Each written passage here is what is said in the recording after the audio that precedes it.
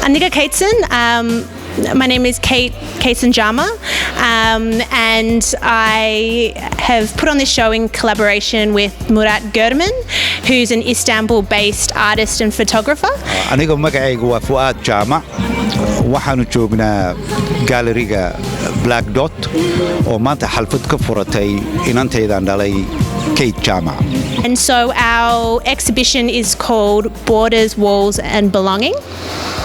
And it also runs alongside my honours thesis in law, which explores militarised borders and the migration policies of interdiction by the Australian government. A video piece that I did, and so that was filmed in Hargeisa, and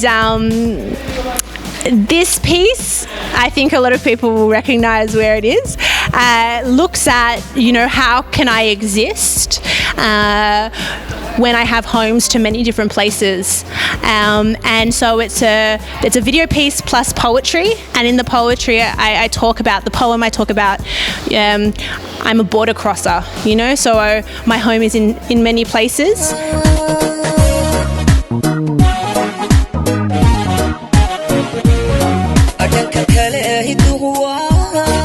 dhaxal waalidkeeno dhalinyari iyo waayeel waan ku dhaadanaynaa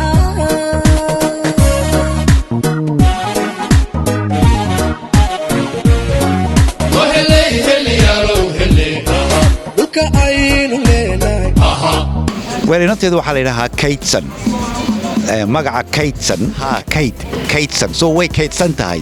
This is my first time I went to Hargeisa. I went there at the end of 2015, and I went to Hargeisa and Berbera. It was really special because I was in my father's home. I was in, homeland. It was, where my family have lived for so long. So when I was with my family, when I was traveling, it was amazing. Very, very powerful. Deliberately, I wear bare feet because I wanted to be connected to the earth. waxay tiri haddii wadankay aan arki waayo aan dadkeenina arki waayo iyo meesha adigu ka timid aabaha ka imid noloshayda badh baa iga maqan qofku wuu u baahan yahay waayo identity waa xawayaan an important part weeyaan in life waa rootskiinu ogaadaa way igu adkeed laakiin markaan arkay really inay muhiim u tahay oo tiri aad iyo aad baan u doonayaa waan israacnay. This is one of my pieces, and it's what are we doing is the question, and what it is, it's an image of the ocean, as you can see, but also we've got these frames that are constructed like a wall. And for Australia, our border is at sea, and so for me that's something really interesting because it requires something different. These are different type of fortification. So this is through, pushing boats back. This is doing some really terrible stuff. So this is what I'm looking at. And I think it's really important that we have a conversation about, what we're doing supposedly in our name, but it's so violent, it's so horrible, and it's inexcusable, and it has to change.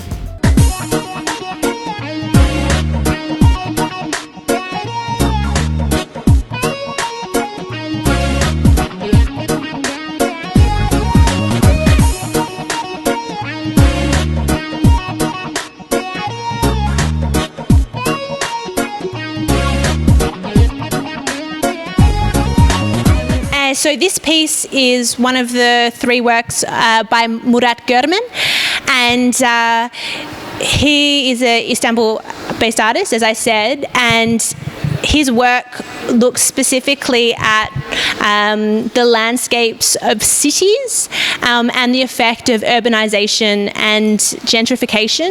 This documentary in here looks at the history of Somali seamen in Wales. So Cardiff has the largest British-born Somali community, and my great-grandfather, Abi Farah, he was one of the first seamen to actually go to Cardiff. Somalis are generally thought to have first arrived in Britain in the late 19th century. Largely from British Somaliland, early Somali migrants, the majority of whom were male, worked either on ships transporting coal and other goods or for the merchant navy.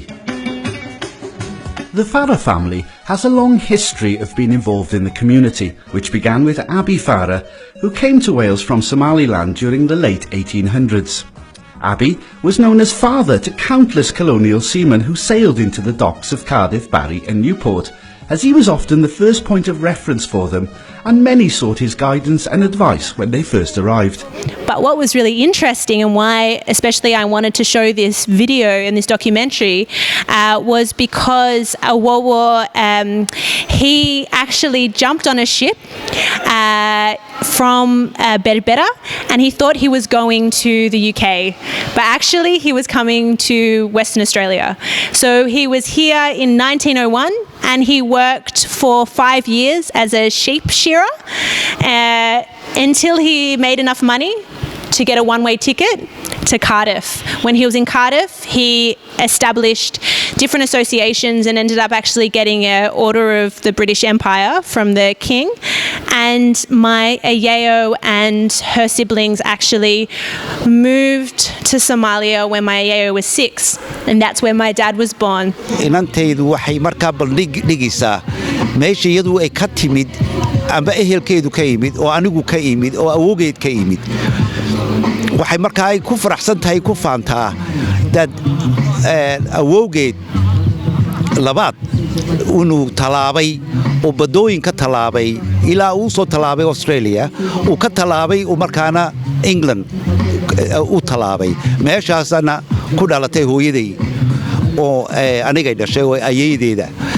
waxay markaa doonaysay inay ogaato ay garato dadkana tusaale u tusisaa dadku dee only meeshan ilaahay kumu abuurin dadku meelo badan bay ka kala yimaadeen.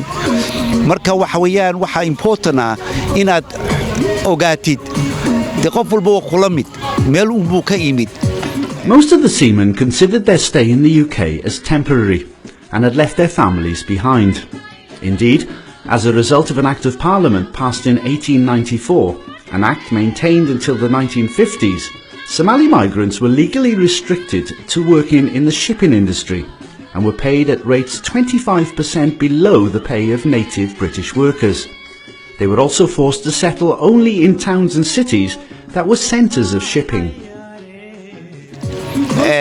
iyo sida inaku Soomaalideena amba dadkeena ay u tacabeen waqtii koo tacabir la oran jiray beriga hore ay u tacabireen meelo qurba beri hore u tageen maanta dadna ku dhaleen dadkuna wax sii dhaleen oo anaku ka midnahay intaasay tusaale tusisaa waxaan borderka la xidhiidhiyo iyo dadkan meesha dhibaato lagu siinay inay wadanka soo gelin iyo wadanka ka baxin ay tusaale tusisaa inay tahay dadku they waa meelo bay ka wal yimaadeen.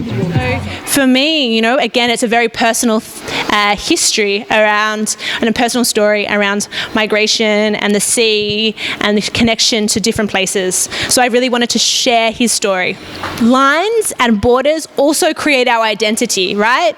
How do we know we're Somali? Well, we know we're Somali in a way because of the land and the way that the borders, I don't think the colonial borders, but other borders have shaped, right? And so I think that they're very important, but also they can be very violent places as well. So that's the thing that I don't like. So here we have my dad and my abo, and they are having shat and sheko. And I hope that you can come and have a listen to these pieces, because here they're actually talking in the kitchen about the law of the sea. So that's what I've looked at in my thesis, and they're having a conversation about the impact of the law on the sea in Somalia, and saying really that UN convention doesn't represent the interests of Somali people, and that it's really about the interests of, large countries and their ability to move through the Red Sea and the Suez Canal. So it's just looking at kind of the strategic importance of the Somali coastline, and for us to remember, we have to be aware of our interests, because at the moment I think there's a lot of questionable things happening around, exploiting the position of the Somali coast in particular. And I think we just have to be really, we have to question that.